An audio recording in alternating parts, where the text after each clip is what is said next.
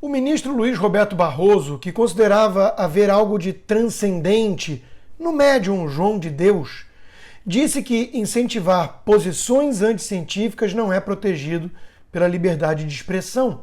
Além disso, numa postagem essa quinta, o ministro falou sobre combater discurso de ódio nas redes sociais. No TSE, disse ele, lembrei que as redes sociais precisam assumir a responsabilidade contra a difusão do ódio, da mentira deliberada e de ataques destrutivos às instituições. Não pode haver neutralidade nem proveito financeiro sobre o que destrói a democracia. Quem decide o que é mentira? O ministro se considera juiz final para determinar o que é mentira, ódio ou, pior, ciência? Qual artigo da Constituição Federal lhe concede tal poder por obséquio? Não teremos respostas, afinal, não há mais sequer a tentativa de manter qualquer verniz de Estado de Direito em tanto arbítrio e perseguição. Funciona assim: a patota define o que é ou quem pode falar em nome da ciência e parte para a censura descarada. O Dr. Francisco Cardoso questionou se vão começar a queimar livros agora também e acrescentou: em qual artigo da Constituição Federal está escrito que posições anticientíficas não encontram respaldo na liberdade de expressão, ministro Barroso? Religião e cultura estão agora proibidos? E quem define o que é posição científica? É o Talibã científico em ação? Leandro Ruschel também perguntou se é o fim dos cultos religiosos. Ao afirmar que posições anticientíficas não são protegidas por liberdade de expressão, estaria o ministro Barroso abolindo também a liberdade de culto? Perguntou. É no mínimo assustador quando um sujeito arrogante, que se enxerga como ungido, iluminado, que precisa empurrar a história, resolve definir o que é ou não a ciência. Lacombe, em sua coluna de hoje na Gazeta, alertou que ninguém vai escapar, que a liberdade se perde num piscar de olhos e que esse tipo de arbítrio vai engolir a todos. É proibido pensar, opinar, se expressar, perguntar. É proibido ouvir especialistas, juristas, constitucionalistas, procuradores, advogados, médicos, cientistas, que não sejam os alçados à condição de donos da verdade. Os obcecados pela militância política tomaram tudo, conclui. Mas sabemos que, por enquanto, a perseguição mira só na direita. E por isso tem o silêncio cúmplice ou o aplauso escancarado da esquerda. Enquanto médicos sérios são tratados como charlatães criminosos, especialistas sem CRM em uso e que não atenderam uma única vida, um único paciente na pandemia, são tratados como a voz da ciência. É o caso da cantora Leoa, que virou comentarista, especialista da Globo e da CNN. E não foi para falar de jazz não, hein? Está tudo invertido em nosso país. Mas o que a turminha da esquerda não percebe é que está alimentando um monstro muito guloso, que não vai parar satisfeito quando devorar a direita toda. Vai devorar tudo e todos. É o que o jurista Fabrício Rebelo aponta. Só se espanta com um avanço do autoritarismo quem de algum modo acredita que os autoritários são capazes de rever suas posturas espontaneamente. Não são.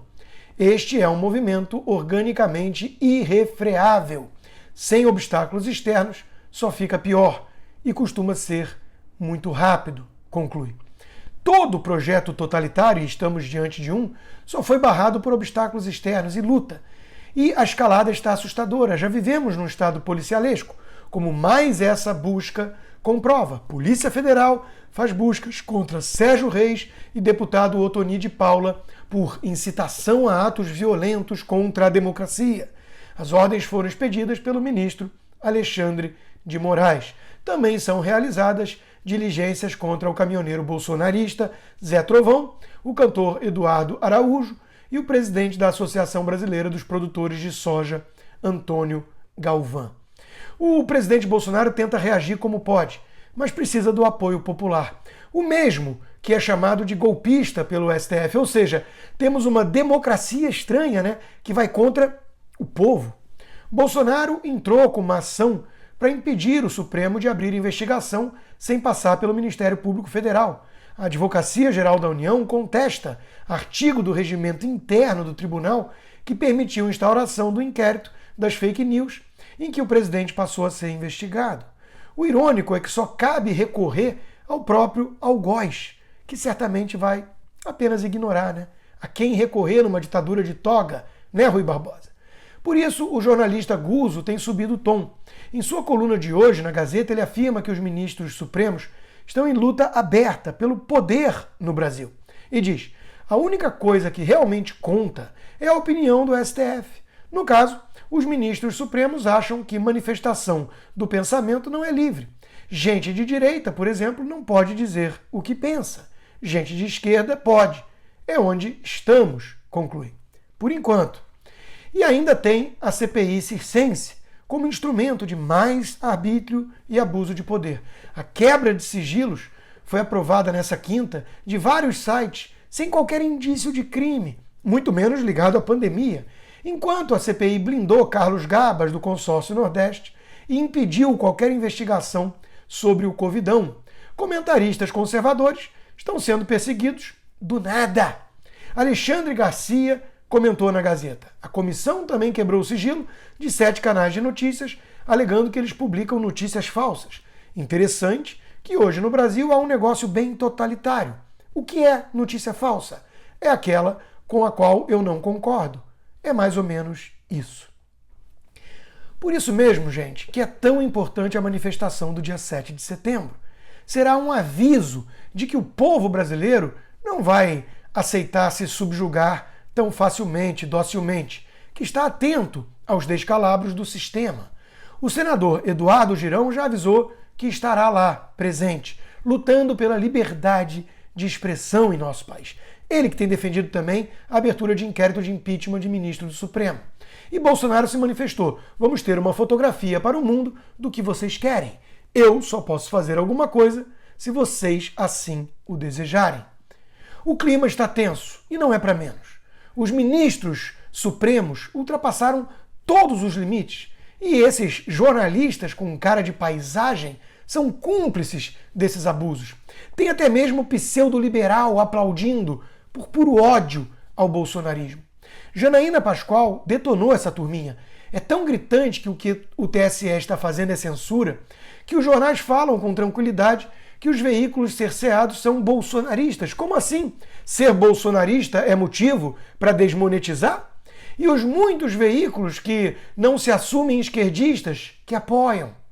Para impossibilitar o funcionamento de canais, sites, blogs, seria preciso individualizar condutas. Uma medida geral contra bolsonaristas é anticonstitucional e antidemocrática.